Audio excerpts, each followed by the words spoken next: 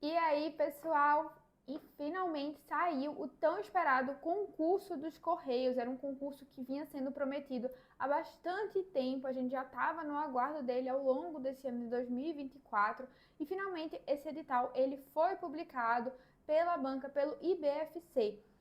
E hoje eu trouxe aqui para vocês uma análise a respeito desse edital, focado especificamente para o cargo de analista, para os cargos de analistas de Correios.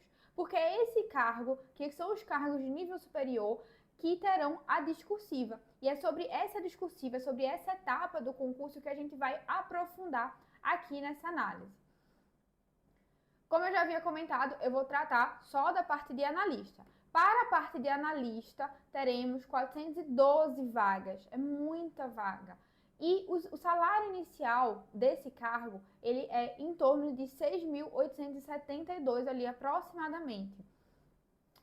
Nos casos do cargo de analista, aqui eu estou incluindo o analista de nível superior para advogado, o arquiteto, tem engenheiro civil, tem analista de suporte, analista de rede, analista de suporte de sistemas, analista de redes. Então, é uma série de especialidades que esse concurso abarcou.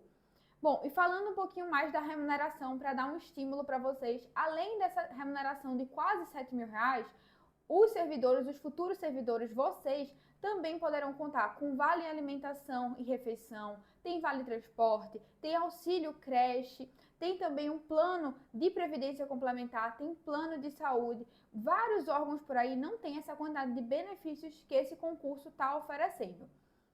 E os candidatos, eles vão passar por duas etapas desse concurso especificamente: a prova objetiva e a prova discursiva. Vou abrir aqui o slide agora para a gente detalhar um pouquinho melhor a respeito dessas etapas. Ambas etapas, tanto a objetiva como a discursiva, elas terão o caráter classificatório e eliminatório. Para as duas. Na prova objetiva, como vocês já sabem, teremos um total de 50 questões e um total de pontos de 60 pontos. Por quê? Porque existem disciplinas que estão com um peso um pouco maior, como por exemplo a disciplina de as disciplinas, na verdade, que envolvem os conhecimentos específicos que têm peso 2. Matemática, informática, por exemplo, tem um peso um pouco menor. Mas o nosso foco principal aqui hoje não é na prova objetiva, e sim na prova discursiva. E além dessa questão dela ter caráter classificatório e eliminatório, eu quero trazer aqui um exemplo para você entender o tamanho do peso que essa prova pode ter, essa etapa, na verdade, pode ter para a sua prova, para a sua nota, para você garantir uma dessas 412 vagas. A prova objetiva, eu falei que a gente tem um máximo aqui de 60 pontos. Na prova discursiva, eu tenho um máximo ali de 10 pontos. Vamos imaginar a seguinte situação? Imagine aí que você conseguiu 65 pontos na prova objetiva, ou seja, uma nota muito boa, e na prova discursiva você foi melhor ainda, você conseguiu fechar a prova discursiva, conseguiu nota máxima nessa prova discursiva, alcançando os 10 pontos. Se você fizer esse cálculo bem simples que vocês estão vendo aí na cor em vermelho, esse daqui, você consegue perceber que com uma nota dessa, sua discursiva representaria 16% da sua nota, mais de 15% da sua pontuação final. E volta e meia algum aluno fala, mas é só 15%, professora, eu posso deixar para estudar depois, eu posso deixar para estudar de última hora, ou então chegar lá, eu improviso, eu me viro, eu fiz redação quando eu estava para entrar na universidade, eu fiz o Enem, né, o que quer que seja. E, pessoal, eu quero destacar uma coisa que eu falo aqui em diversos vídeos nossos do Científica, quando a gente faz análise de edital. Quantas vezes você não já entrou com um recurso para tentar mudar um gabarito, para tentar anular uma questão? Uma questão, tá? Às vezes a gente fica ali brigando, sai da prova inconformado. Pô, aquela questão não fazia sentido, ela tem que ser anulada, ou tem que mudar o gabarito quando sai, né, o gabarito preliminar. E a gente, de fato, a gente tem que batalhar por isso, né? Não estou falando aqui para o pessoal que deixe de lado a prova objetiva. Não estou falando isso. Só que eu estou trazendo aqui para vocês uma análise de quanto que a discursiva, ela também é impactante, o quanto que ela faz diferença. 15% a mais na sua nota pode te colocar dentro ou fora de uma dessas vagas. Além do fato de que é uma prova discursiva com caráter eliminatório. Então, você se preparar para a prova objetiva, conseguir uma super nota e não se sair bem, não conseguir a pontuação mínima para a prova discursiva, pode simplesmente te colocar fora do jogo. Você pode ter tido toda essa dedicação na sua preparação e estar fora do certame, ser simplesmente eliminado. Mas eu tenho certeza que isso não vai acontecer com nenhum dos nossos alunos, porque se você está aqui, se você está pesquisando a respeito, se você está vendo vídeos a respeito da importância da discursiva e já querendo se preparar antecipadamente, né, com o início dessa saída do edital e com todas essas semanas que a gente tem pela frente, eu tenho certeza que com essa preparação já de agora, você não vai ser eliminado, você vai ser muito pelo contrário, você vai conseguir uma pontuação máxima. É isso que eu torço e espero para vocês. Vamos entender agora um pouco melhor a respeito dos critérios que o IBFC ele vai utilizar para corrigir a sua discursiva. O próprio edital, ele fala que somente serão corrigidas provas discursivas dos candidatos que foram habilitados na objetiva. Então, por isso que eu fiz aquele destaque. Não estou falando aqui para ninguém negligenciar a prova objetiva, tá? De forma nenhuma. Para ter a discursiva corrigida, você precisa ter uma boa nota na objetiva. Mas para passar no certame, você precisa ter uma boa nota na objetiva e na discursiva. É importante fazer essa diferenciação. Bom, então somente serão corrigidas provas discursivas dos candidatos que estiverem habilitados na objetiva e que estejam classificados dentro do limite de até 3 vezes o número de vagas.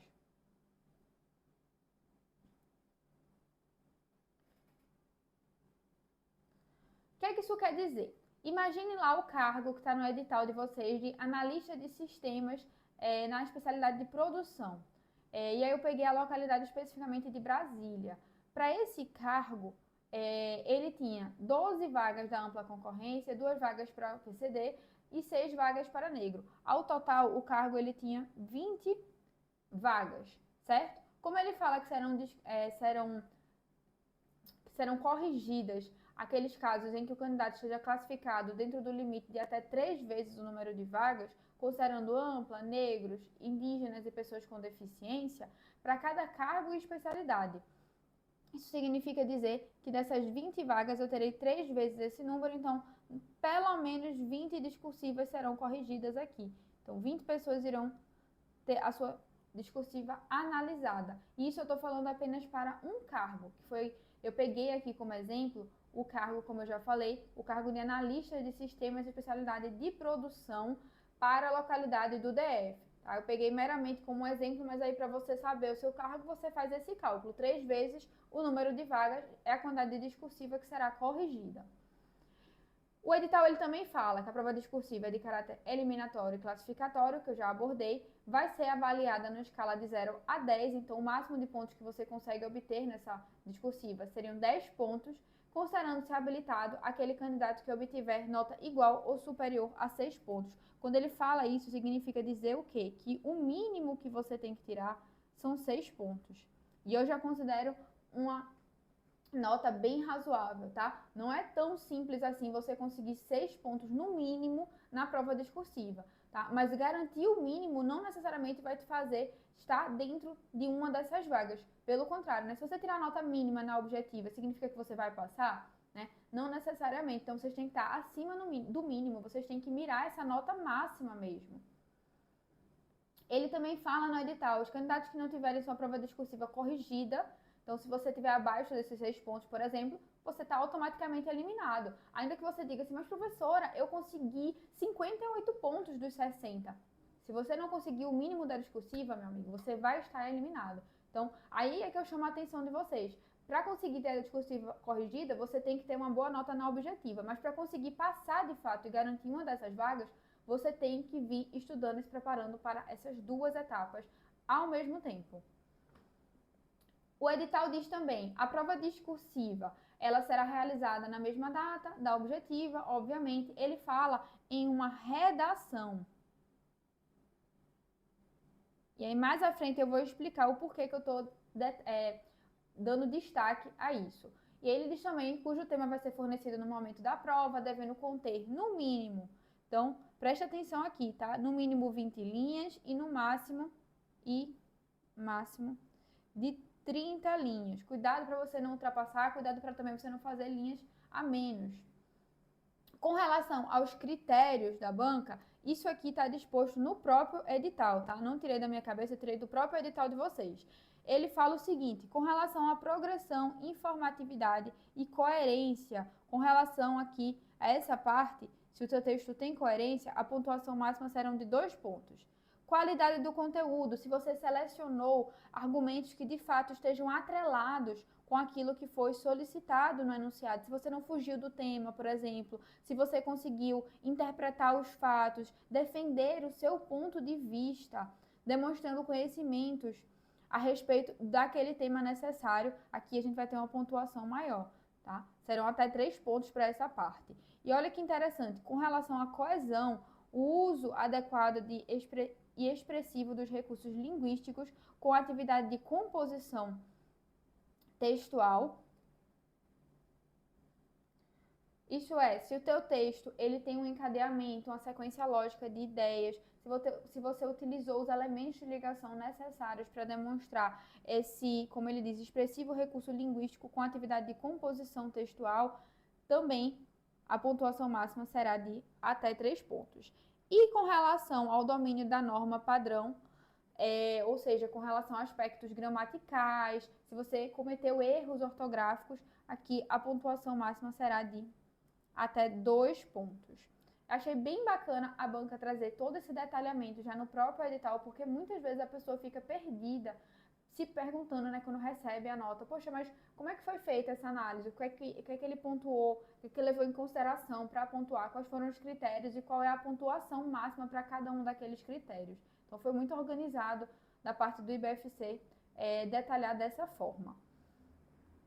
Além disso, outro destaque que eu quero dar aqui é que o próprio edital, ele fala que acarretará em nota 0, ou seja, você será eliminado caso aconteça o seguinte na sua redação, que ela esteja em branco, obviamente você não escreveu nada, ou conteúdo diverso do tema estabelecido, você fugir completamente do tema, que fuja da tipologia, tema e proposta da prova discursiva, então você não escreva numa estrutura de uma discursiva como tem que ser. Considerada ilegível, muito cuidado aí, tá? Com as letrinhas, com a caligrafia de vocês. Então, ilegível com números, com versos, espaçamento excessivo entre as letras, palavras e parágrafos. Outro ponto também, que não for redigido com caneta, que ele libera para caneta azul, tá? Então, pode ser preta ou azul. Apresentar algum sinal, alguma marca que facilite a identificação do candidato e tiver uma extensão inferior ao mínimo de linhas, que a gente já sabe que são 20 linhas. Fique atento a todos esses critérios. E aí, vamos lá. Por que eu fiz o destaque de redação? Porque quando o edital ele dispõe dessa forma, que vai ser realizada uma redação, isso é um indicativo para a gente perceber que o modelo de discursiva que você tem que utilizar é um modelo no estilo argumentativo, uma discursiva argumentativa. E qual é a diferença? Tá, tudo bem, Nicole, é argumentativa, mas como é que eu estruturo isso? Eu não sei, não entendo, né? E aí, para facilitar a vida de vocês, eu trouxe a estrutura já do modelo dissertativo argumentativo para a gente já ter esse primeiro contato e vocês irem conhecendo como é esse tipo de estrutura. O primeiro parágrafo vai ser o parágrafo que nós chamamos de introdução. Aqui você tem que apresentar o tema é o assunto geral que você está tratando e também você já tem que apresentar a sua tese, aquele ponto de vista que você vai defender através dos seus argumentos ao longo dos seus parágrafos de desenvolvimento. Então, o tema com assunto central e a tese é o ponto de vista que você vai defender. Depois, você já pode fazer uma menção aos aspectos, ou seja, quais são os tópicos que você vai discorrer nos seus parágrafos de desenvolvimento. Aqui é como se você estivesse dando para o examinador um spoiler do que você vai tratar. Por quê? Porque a introdução, ela dá aquele gostinho, aquela vontade do leitor dele continuar lendo a sua discursiva, entendendo a sua linha de raciocínio. Então, você vai dar, digamos que realmente como se fosse um spoiler para aquele leitor do que é que você vai trabalhar. Na sequência, percebam que eu coloquei aqui 3 parágrafos de desenvolvimento. É obrigatório que sejam 3 parágrafos? Não, não é obrigatório que sejam 3 parágrafos, porque aqui depende muito da quantidade de linhas. Nós temos 30 linhas. Pode ser que você utilize apenas 2 parágrafos de desenvolvimento. O que eu quero chamar a atenção de vocês aqui é para que cada aspecto, cada tópico frasal que você for discorrer, você coloque em um parágrafo separado. Então, cuidado para não estar com um tópico num parágrafo e nesse mesmo parágrafo já misturar com outro tópico, com outro aspecto, certo? E aí, para iniciar o parágrafo de desenvolvimento, você faz a apresentação do aspecto. Qual é aquele ponto que você vai tratar? Então, imaginem que eu vou falar a respeito de algum tema de administração, por exemplo. Eu vou trazer a definição de... Estou dando um tema aqui fictício, tá? Só para vocês conseguirem meramente entender. Bom, então eu quero trazer aqui na apresentação do meu primeiro aspecto a definição de de planejamento estratégico. Aí, para fazer essa apresentação, eu vou falar, o planejamento estratégico, ele é definido como? E aí eu venho com o meu argumento. O argumento, ele pode ser um argumento de uma definição, uma lei. Lembrando que aqui eu estou falando do estilo argumentativo, então a ideia é que você defenda um determinado ponto de vista. Mas você apresenta para o examinador qual o seu aspecto e traz na sequência o argumento. Notem também que no desenvolvimento a gente coloca a possibilidade, é facultativo, você realizar um encerramento para cada um daqueles seus parágrafos, que seria semelhante a uma conclusão para cada um dos seus parágrafos, mas isso depende muito da quantidade de linhas, do espaço que você tem disponível para isso. Então, não é obrigatório.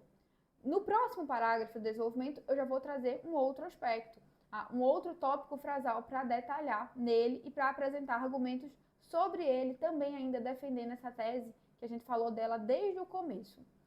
Posso fazer mais um parágrafo de desenvolvimento, a gente colocou aí um quarto parágrafo, e por fim eu tenho um parágrafo de conclusão.